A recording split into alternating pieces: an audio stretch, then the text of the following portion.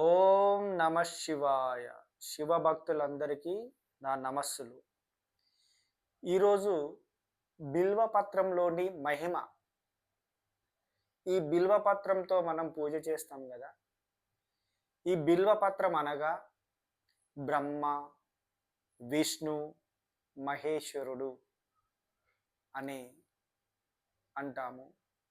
అదేవిధంగా పురాణంలో చంద్రుడు, అగ్ని,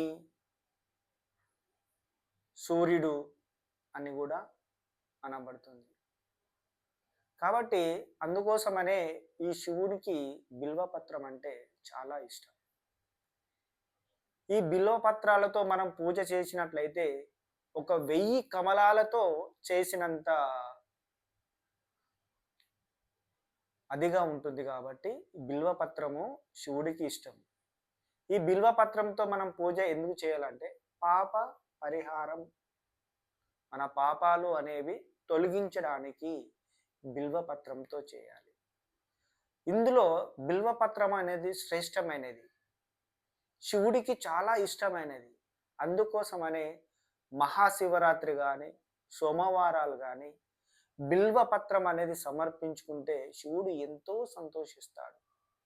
అందుకోసమనే ఈ బిల్వపత్రము అనేది శివుడికి చాలా ఇష్టం కాబట్టి మనము బిల్వపత్రంతో చేసినట్లయితే ఆ పాప పరిహారం అనేది మనకు ఆ శివుడు చూపిస్తాడన్నమాట. కాబట్టి మీరు కూడా ఈ శనివారము బిల్వపత్రంతో శివుడికి అర్పించండి. ఇంకోటి పురాణం ఏం చెప్తుందంటే ఈ బిల్వపత్రం అనేది త్రిదళం. బిల్వపత్రం అంటే త్రిదళం, త్రినేత్రం. త్రినేత్రాలు అంటే 3 కళ్ళు కలిగినటువంటి శివుడు కాబట్టి ఆ విధంగా కూడా చెప్పబడుతుంది. ఇంకో విధంగా పార్వతి మాత తపస్సులో ఉన్నప్పుడు తన యొక్క చెమట బిందువులు భూమిపై పడి ఆ భూమి నుంచి బిల్వపత్రాల చెట్లు యొక్క మొలవడం అనేది జరిగింది అనేది కూడా చెప్పబడుతుంది. కాబట్టి అందుకోసమనే ఈ బిల్వపత్రాలకు ఉన్నటువంటి శక్తి అలాంటిది కాబట్టి ఈ బిల్వపత్రాలతో పూజ చేయండి.